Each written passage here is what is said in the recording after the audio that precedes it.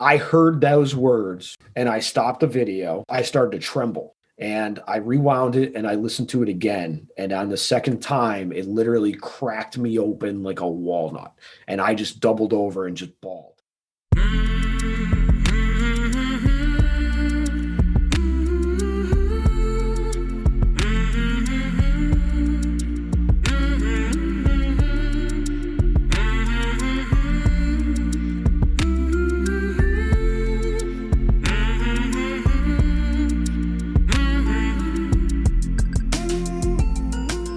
Hey there, my name is Sean, and this is Suicide Noted.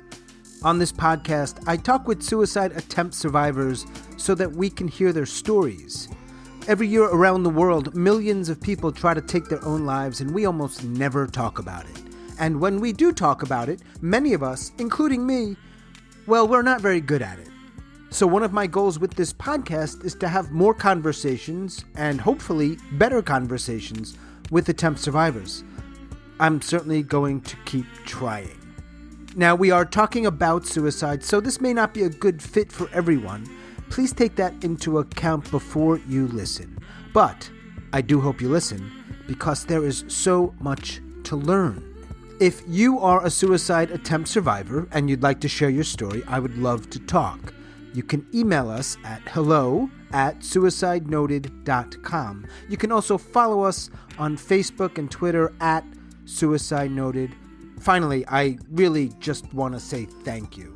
Thank you to our attempt survivors who have come onto this program and shared so openly and honestly.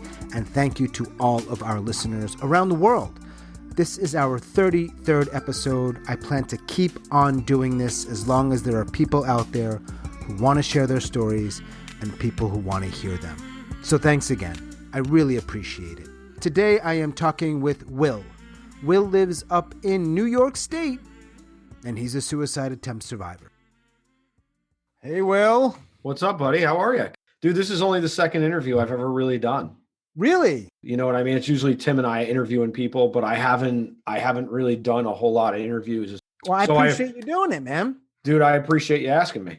Why, or perhaps a better way of asking it is, how did you come to be comfortable or open to talking about it, particularly outside of your close circle of friends, family, to people like me? I never really opened up to my friends. My family kind of found this out on accident because they didn't realize that I was as depressed as I was at the time. And to be honest with you, I didn't realize that I had a lot of grief, a lot of loss that I never fully processed. I also have a mother who is severely mentally ill. She has schizoaffect disorder. Mm-hmm. She's actually attempted twice. What I started to do was find myself putting an idea together and then saying, okay, how can I make it happen? What am I going to do to make it the point that it wasn't anybody's fault? It's just the pain that I'm in. Mm-hmm. So 2012, it was the second week of December. And we came home from our Christmas pictures being taken for our Christmas card. My daughter was only a year and a half. The little Foley family, Will, Yes. his wife, and his young daughter. Yes. Got yes. And we got home that night, and my wife didn't realize how depressed I really was at that point. My daughter went to bed that night after we got home from our pictures. My daughter's room is actually on the opposite wall in the bathroom that I was in. And I remember looking in the mirror and saying that if I can find a way out of this before she turns 2, then she won't have to grow up with somebody like me. She won't have to grow up with somebody who felt like a failure. Mm-hmm.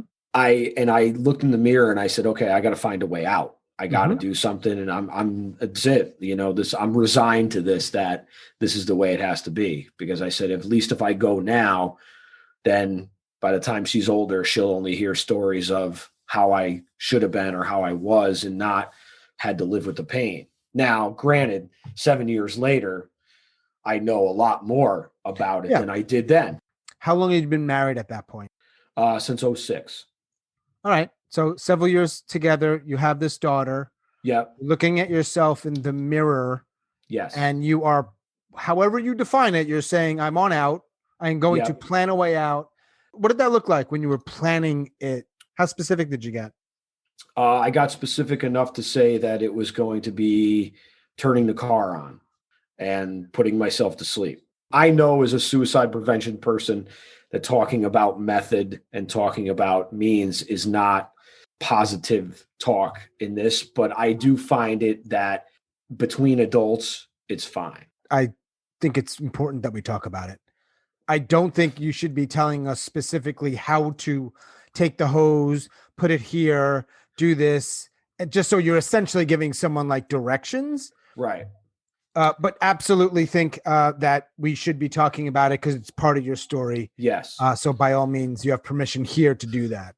I mean, I would have had the ways and means, and that was the plan. The plan was to put a nice soundtrack together and take some pills and go to sleep and not have to get up again. So wait, hang on one sec. Pills or carbon monoxide? Both. I would have taken the pills, sat in the car, and done. Listen to your music. And for those, Yes. and I was on Will's podcast, which we'll talk a little bit about. I learned there that he and his podcast partner, who was also a guest on this show, we're having this crazy little triangle. They are mad into music. So I'm thinking, did you have your playlist set?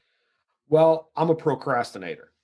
Okay. So, and I will say this: procrastination is probably the thing that saved my life in reality, because I overthink everything, and that's the problem. I start thinking about everything. So yeah, my playlist started to come together. There were certain songs that were going to end up on that playlist.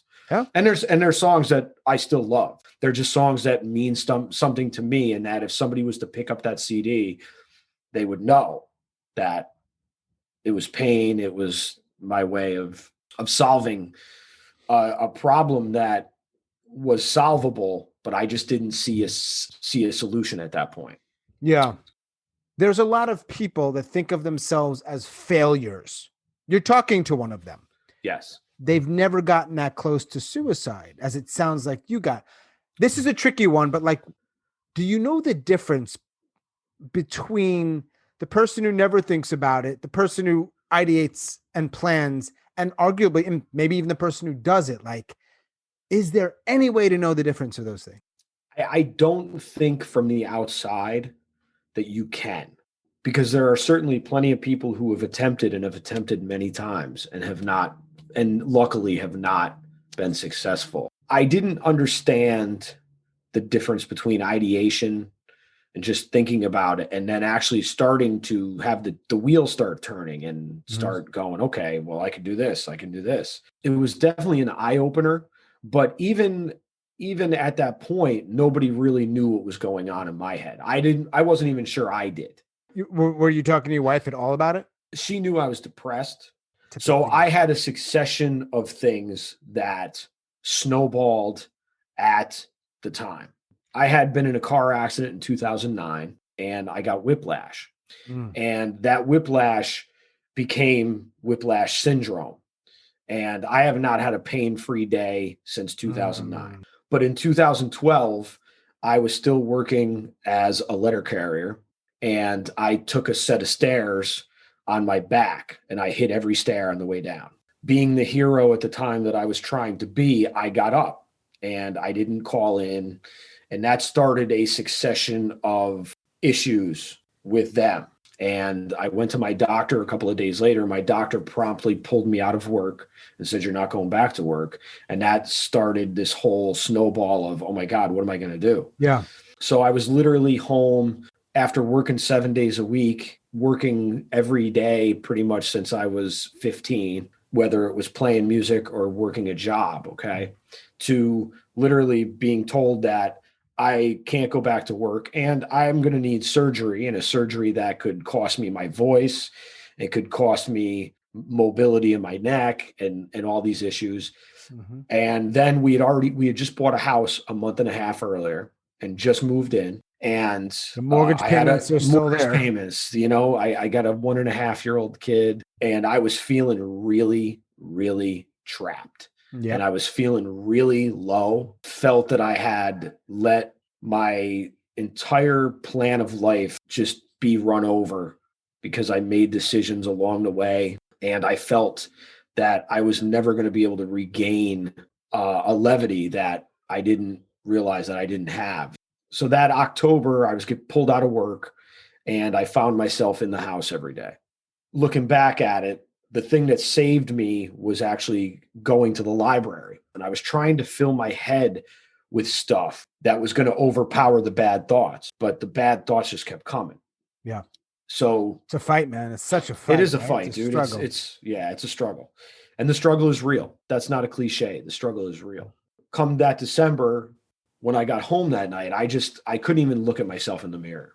I couldn't listen to music at that point because music just hurt me so much.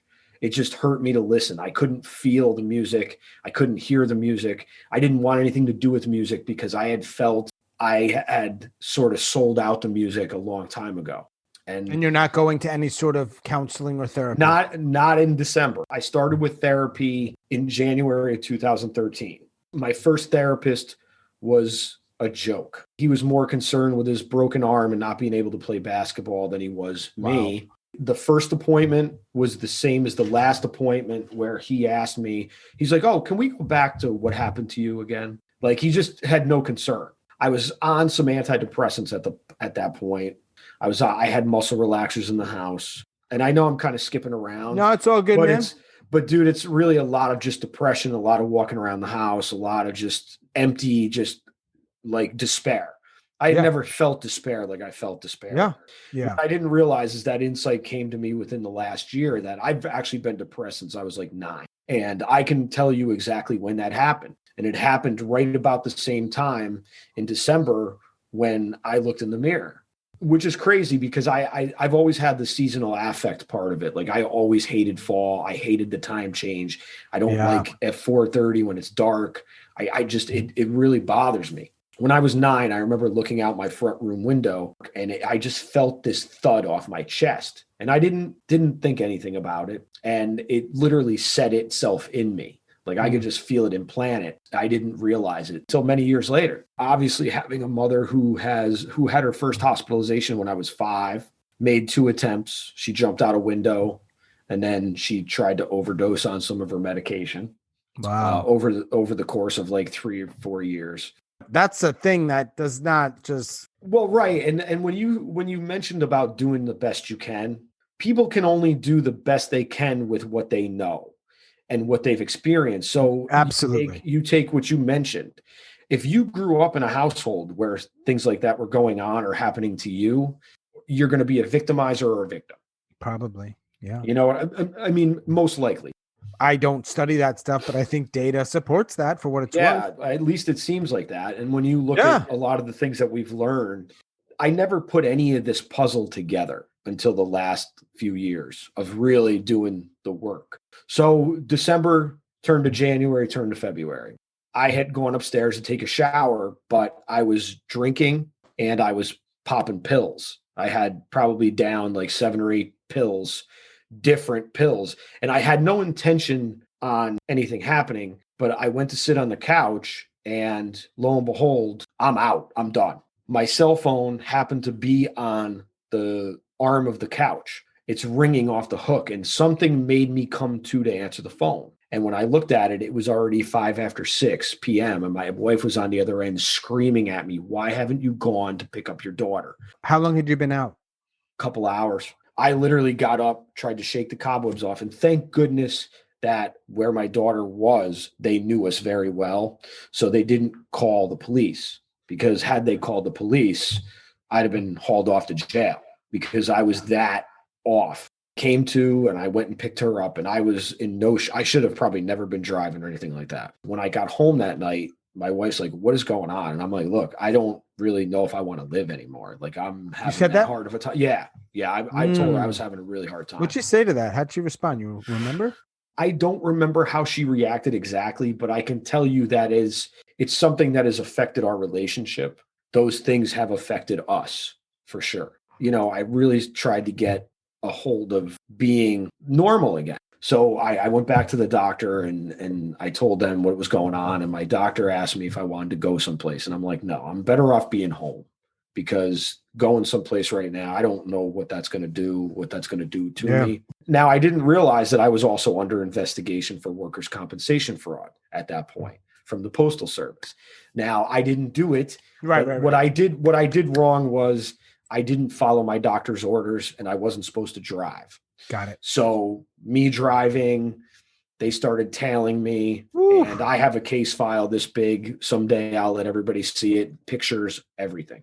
I didn't realize it until later in 2013 when I finally had a date to have surgery on my neck, when I get a call the day after I got home from the hospital saying, "Oh, you need to come and see me because you're under investigation." So that February, after that incident, I really had a wake-up call, even though it didn't get the feelings out of me at that point until about 3 weeks after that. And I was looking through YouTube, and like we were talking about spiritual stuff. I found Wayne Dyer. Wayne Dyer is a spiritual teacher. Kind of looks like us, bald dude. Yep. Awesome. Absolutely. And his big idea is don't die with your music still inside you. I like that.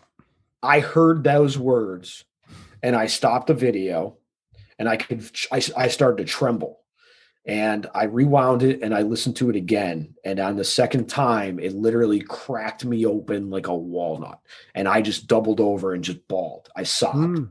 I looked up to the ceiling and I'm like, okay, what do I do with this? I'm like, I don't know what to do with this. I don't know if I can come back from this. I don't know if I'm coming back from any of this. I got through surgery. I was out of work for almost over a year. I found another job, which, I should have probably always known that I'd been able to. But what happens to somebody when they get that low is the confidence is gone. Yeah. And I've never been a very confident person anyway. I don't have a lot of self-worth. I always had leather skin. Even though I didn't show it on the outside, it affected me on the inside. That'll fuck you up. Presenting one way, but it affected you, man, eventually. Well, eventually. Yeah, it can't last forever. No, dude, it can't. And when you have to finally look at yourself in the mirror and say, okay, is this really who I am? Or is this who I am? Who am I? Who the fuck am I? And especially as a dad, I'd imagine that's another level altogether. Right. Like I can't imagine having a child and that whole thing about that. And again, I don't have a kid, so I don't know, but it certainly, I would imagine, adds to the whole emotional muck of it all. Well, and when you had a childhood like I had with parents who weren't really available, my dad was an alcoholic for a long time. He's been sober now for a very long time, which is great because he was headed down a really bad road. It's amazing, actually. When I hear of people who've been drinking for a very long time and they're a little older and they get clean, I'm astounded by that. Well, he got really sick in 2006, and the doctors told him that was it. That was it. A or B, baby. Yeah. Oh, yeah. And he went cold turkey, and he's never gone back. But our relationship during my teenage years was very tumultuous, as it is. But then when you throw alcohol in there, and then you throw a very chaotic, just childhood in general. Yeah. And I've basically been raising myself since I was 15. I went to live with my grandparents and my dad when my parents' marriage blew up when I was 5. On Easter morning, when I was 5 years old, my dad packed some garbage bags and said that he would be back for me, but he had to go, which he did. But he came back on the weekends, and he was trying to get custody of me because my mother was really in no shape to take care of me. A few months after that, it all happened. I was at a babysitter's because she had a job like a couple of doors down where I lived. She worked at like a hot dog stand. She had a nervous breakdown, or in the 70s, what you would deem a nervous breakdown.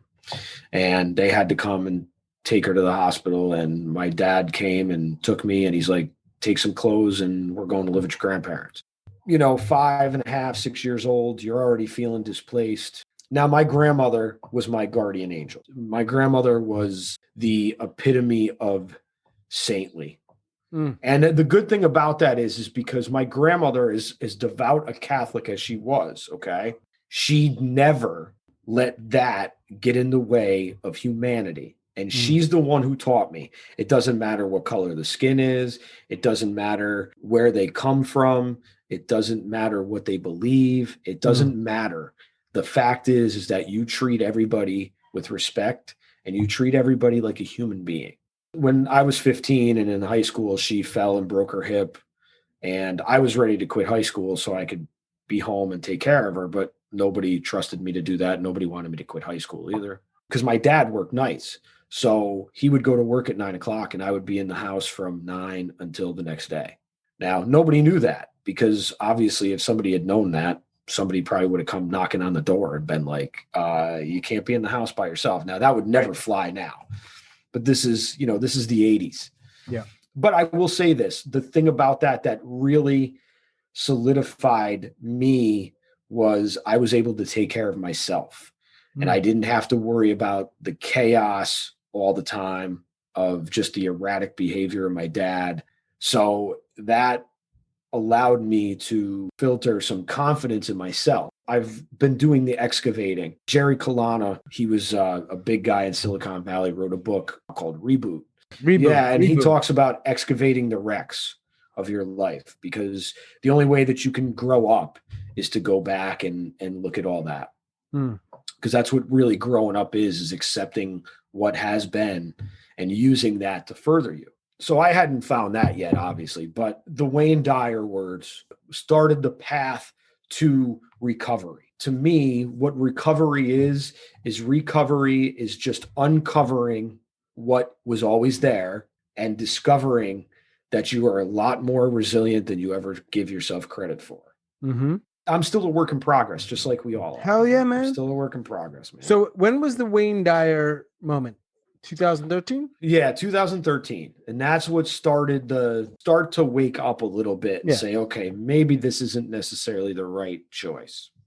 Right. So what I'm thinking is, how many days, weeks, months is it from the moment in the mirror after the Christmas photograph to Wayne Dyer moment? I would say about 3. Okay. So you got through those months. Obviously, you're still here. You did not end your life. 2013 to 2020. Yes. You are okay-ish. Yeah, I have hard days, but I've learned tools.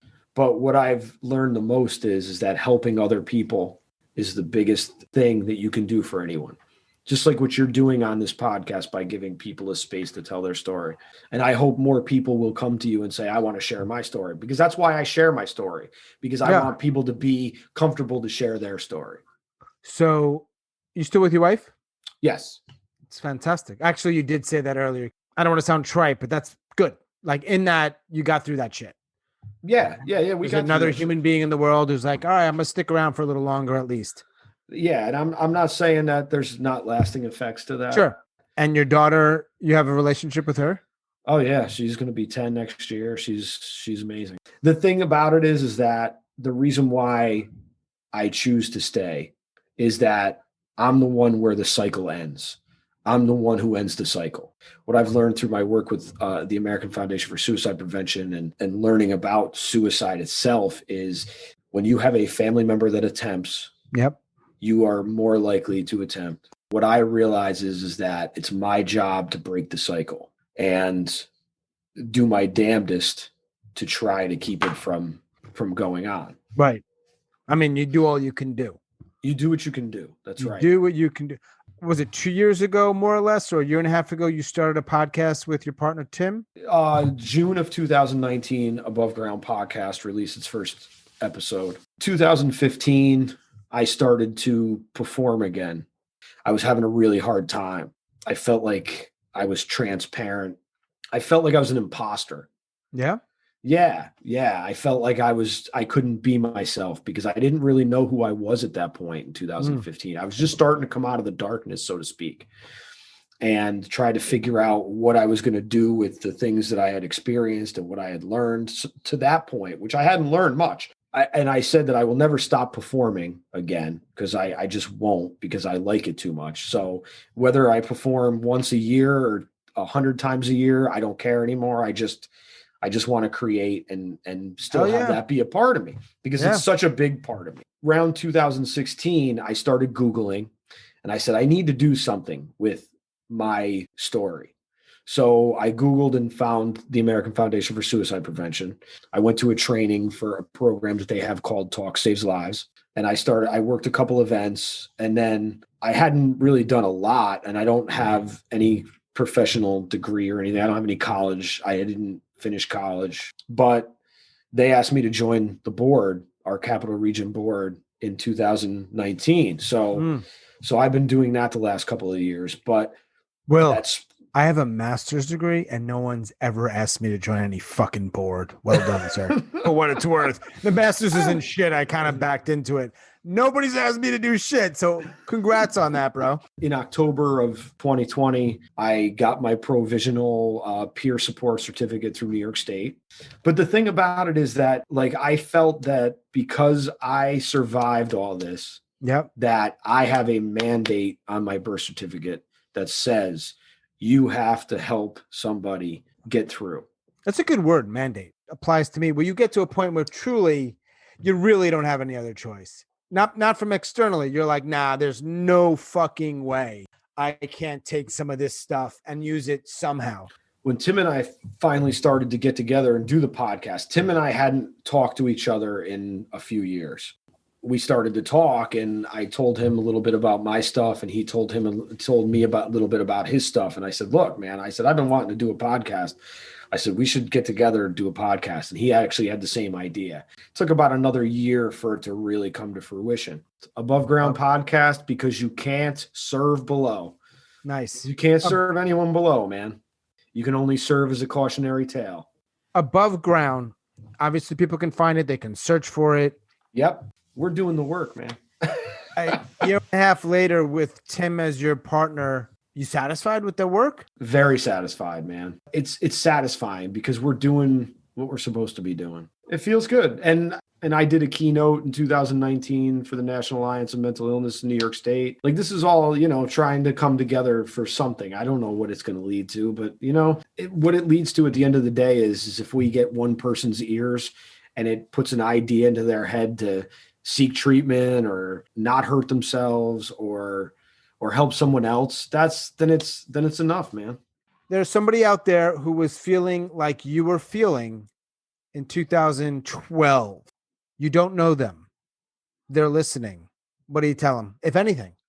If I was in a room with them, I would just ask them what happened to them and listen to them.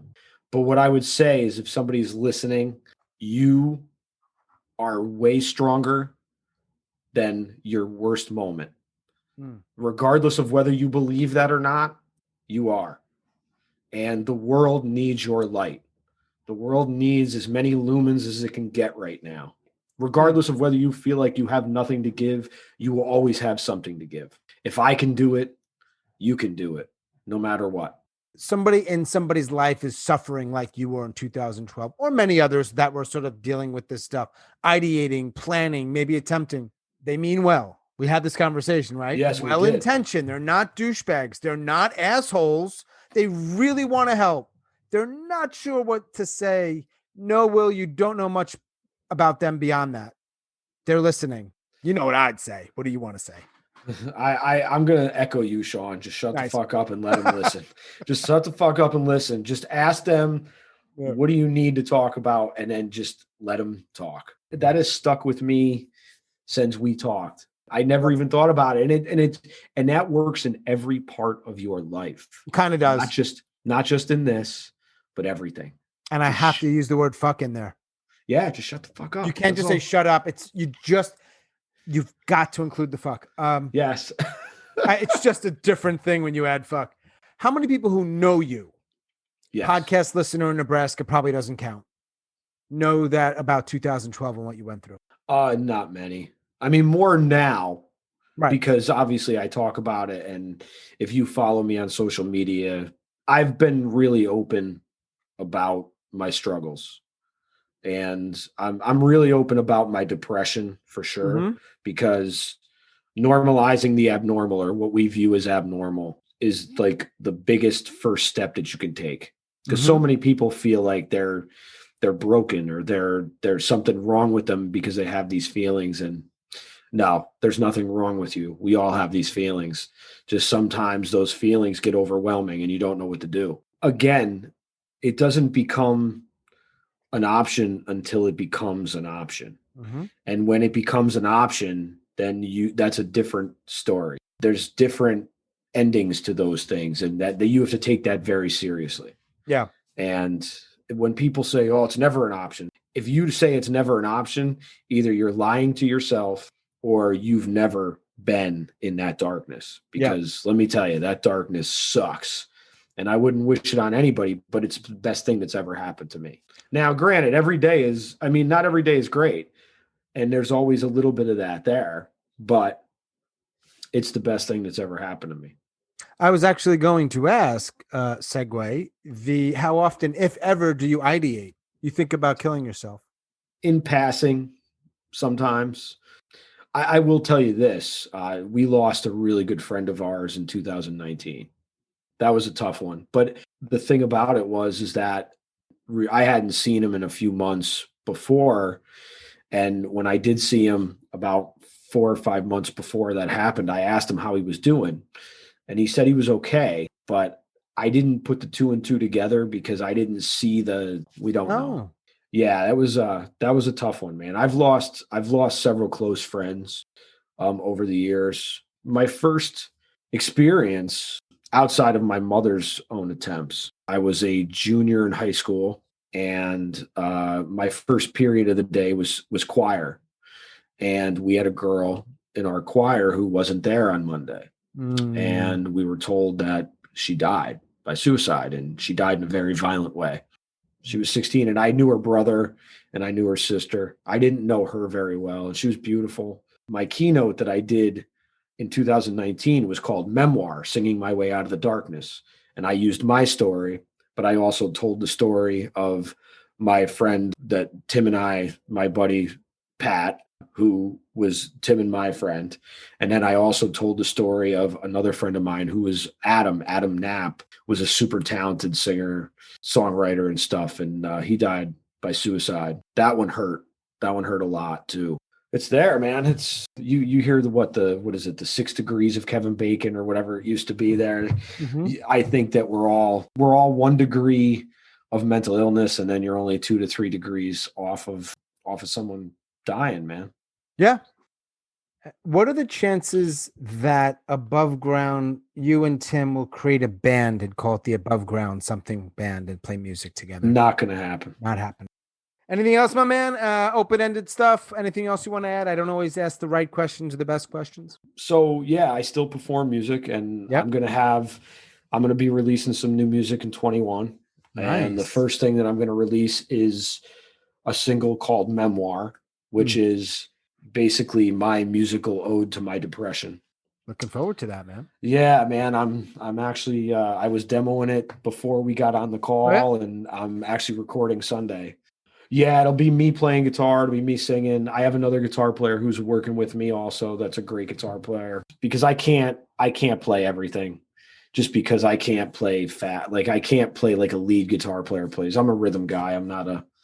I have no idea what that means, but I get what you're saying. Yes. The lead guy can just rock out and go crazy. Yeah, exactly. The guy needs a little slower and to feel it, I guess. Yeah. Thanks, man. This has been great. I appreciate you being so open and honest. I expected that, and you did not. I appreciate it, man. Always, dude. I appreciate you having me on, man. I was hoping that I wouldn't let you down, because honestly, you can't let down if you're honest. That's it. It's period. Yeah, dude. That's it, man. It's me. There's a lot of dudes, a lot of people that need to hear it, but there's also a lot of guys, 40s. I know you're not directing it at them, but we're in the same demographic. That's the demographic that's the most hit. Right. And we can even go further, like 40s, white. Yes. Blah, blah, blah, blah, blah. Between 30. Middle age, or maybe just whatever that means, or early middle age. The one thing you and maybe both of us can do is continue to create spaces where guys can maybe feel comfortable to share stuff. Yes. Because that's the whole idea. A lot of them aren't doing. And it doesn't mean if you share stuff, you won't want to end your life. You might. But holding that shit in all the time, there's no good end there. No, dude. It's like, I kind of equate it to the Christmas Carol. Like, it's when Marley comes back and he's carrying the chains and he's the goat. And it's like, you're carrying all this shit around, man. And you can't do it. You can you can muscle it out for a while, grit it out for a while. Until you can't anymore. And then you get a little older and a little tireder. Yeah. And you It's harder. and yeah, it adds up and it adds up and blah, blah, and you look in the mirror, and I'm not referencing you, but it's true, metaphorical or literal. And you're like, I was just talking to my other podcast that I do, my partner, and we were like, dude, we know people who've died of heart attacks. Like, and not just, and this could have been said years ago, but just at this moment, we're like, yeah, this like actually happens. Oh, absolutely. Die, man. and we're like, what the fuck? And it was just a weird moment of like, it's just easy to get caught up in your stuff and you're doing your stuff. And you're like, there are people that just our age, and it's not that uncommon. That's the thing. It's not like an aneurysm.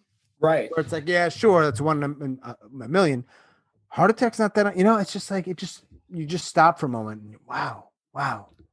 I do want to leave you with this, man. Sure. Thinking about that. Yes. Like when someone gets to the point that's the idea, okay, of ending it. Yep. You lose your fear of death. Right. But what I was always more afraid of was living. Right. I've never been at like death seemed to be pretty welcome at a certain point. Right. But you look at the world differently after you look at death that way. Right. Because you kind of got one up on people, because most people are afraid to die. Mm-hmm. But living in pain is the scary part. So, and the only way to get rid of that pain, man, is to let the steam valve off. And this is how we do it. We talk to each other. We put stuff out there, man. That's how it's done. Well, thanks for doing what you do, man. Not only joining me here, but also all the other work, including Above Ground Podcast. Absolutely, man. And thank you for doing Suicide Noted.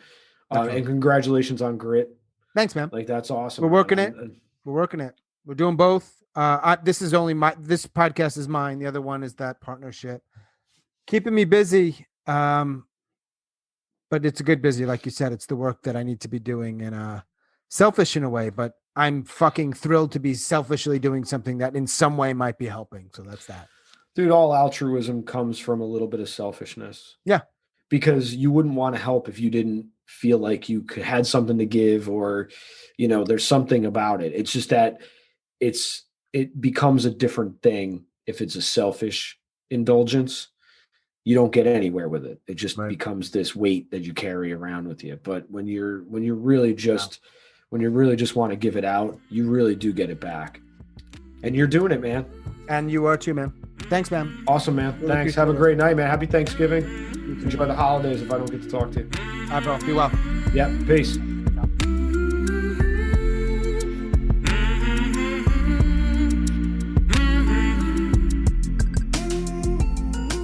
As always, thanks so much for listening, and special thanks to Will up in New York. If you are a suicide attempt survivor and you'd like to talk, email us, please. hello@suicidenoted.com. Follow us on social media @suicidenoted. We release new episodes every Monday morning. I hope you keep listening. Until we connect again, stay strong. Do the very best you can. I'll talk to you soon.